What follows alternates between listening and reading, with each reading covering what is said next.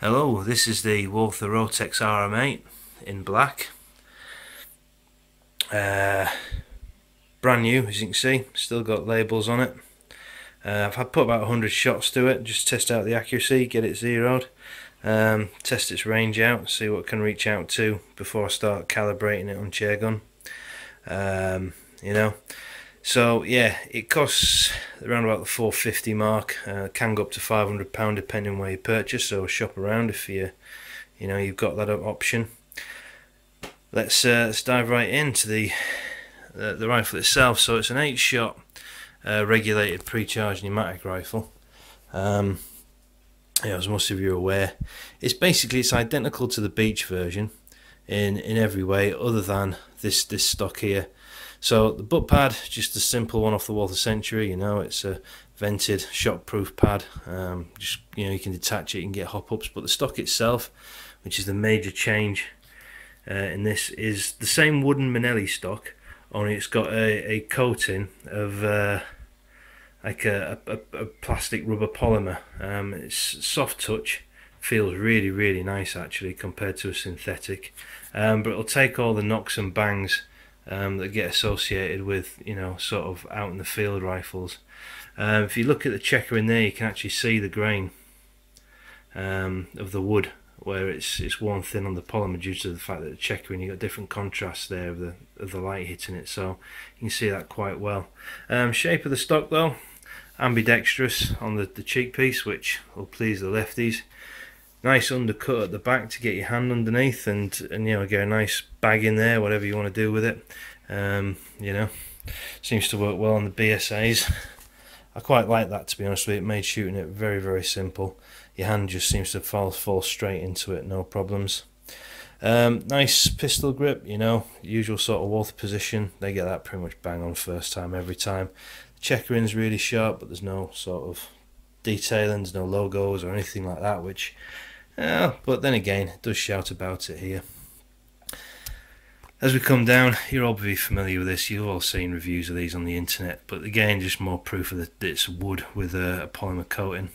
In the bottoms, your manometer with your little plug there for your little tool that you go in, your little filling adapter, and it comes back out again once you've filled it up. I got around about 18 magazines before I had to fill up again. The first sort of 2 magazines, maybe 4 or 5 magazines were outside the power curve, and then once you got into the sweet spot, you're about 150, about 18 magazines in total. So add your 30 to 50 on there for your erratic shots, and you're pretty much sorted. The front, you got your big old buddy bottle. That's not removable, that's fully attached. Yeah, I fill to 200 because it gets you down to 190 bar quicker to get you in the sweet spot. This tacky thing here on the foot, this plastic cover, I mean, hey, it's 450 quid rifle at the end of the day. They aren't going to spend a lot of money sorting that little area out when there's other areas to consider. If we follow the mechanism back, then it's hard to do a review on this because the contrast is so hard. With it being completely black, so let's just move the keyring out of the way there that comes through with it, reset the focus. I'm going to be doing that a lot, so just bear with me. Inside the mechanism there, you've got a single screw to adjust the single action on it, and basically that just means the amount of movement. I've screwed mine all the way in to get as little movement as humanly possible on this rifle, because there's quite a lot of creep on the trigger, but it's predictable creep. You can feel what's going on as the sear releases, so I'm quite happy with it. Metal trigger guard, same as what's on the Century, and then a composite trigger. Now the safety switch at the back, I'm going to have to shine a light on that to try and help it out of focus. It's hard to get the light right on this, but you can see there you've got the little safety switch in the middle, which is the major line. You've got to have that pushed in before you can release the phone slipping out of my hand. It's really hot tonight and it's all sweaty. Yeah, so you can see there, and then that just pushes straight in, reveals the red button. I can't even see what I'm doing. There you go, reveals a nice red button.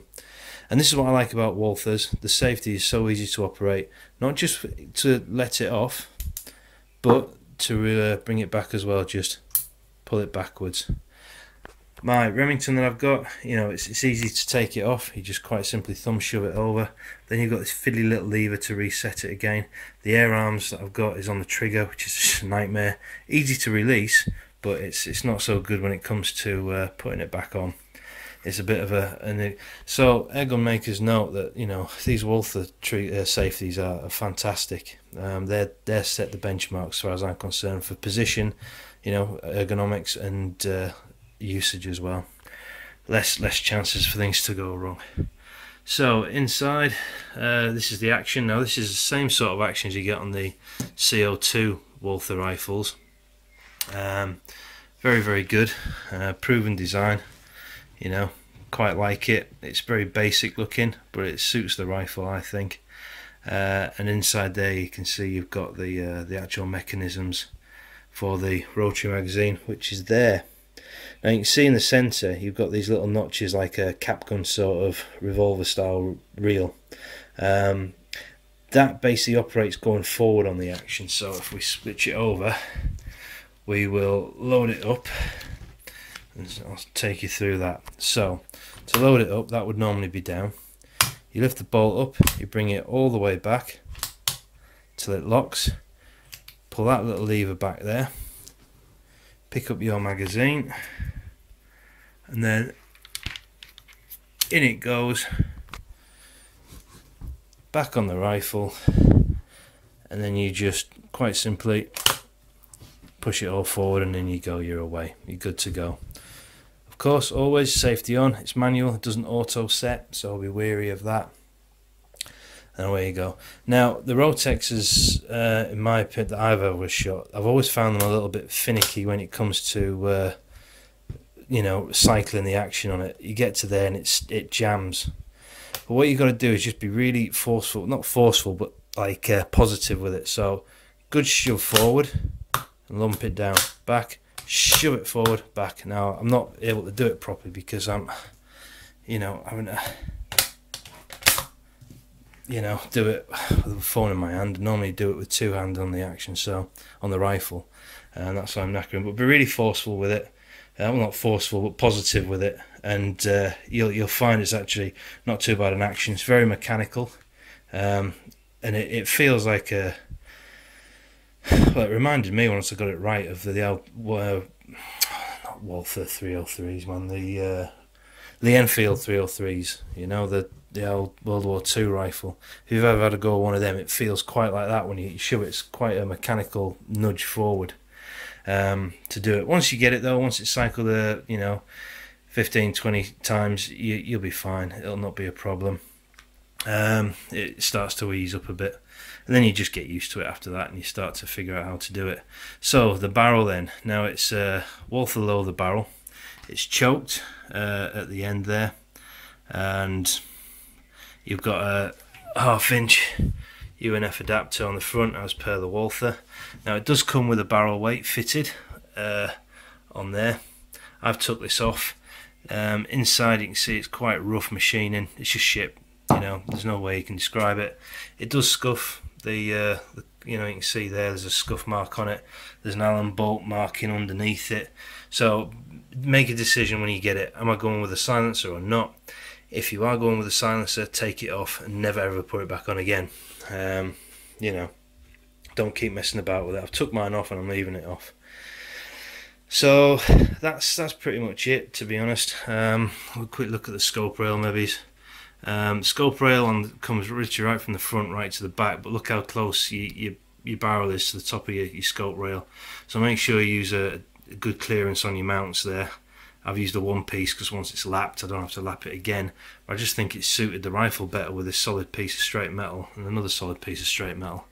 But I get good clearance there. On Sports Match 2-piece mounts I didn't get anywhere near that kind of clearance, and they are quite high, them ones, in all honesty.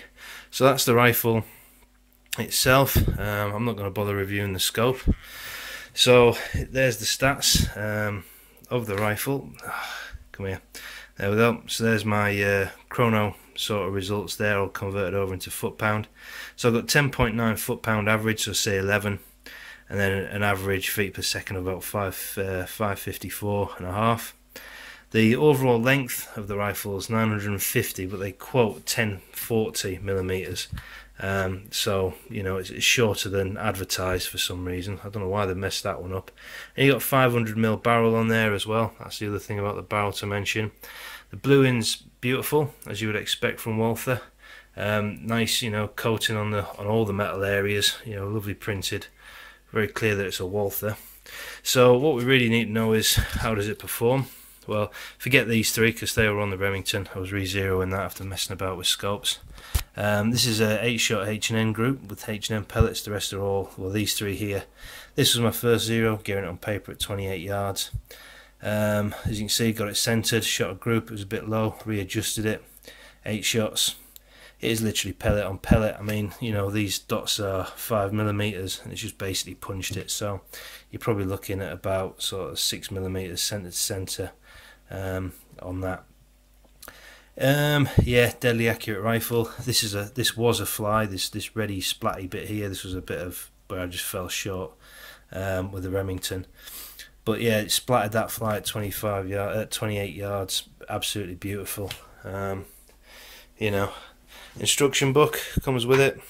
You know, nice and clear. Tells you everything you really need to know about it without going too detailed.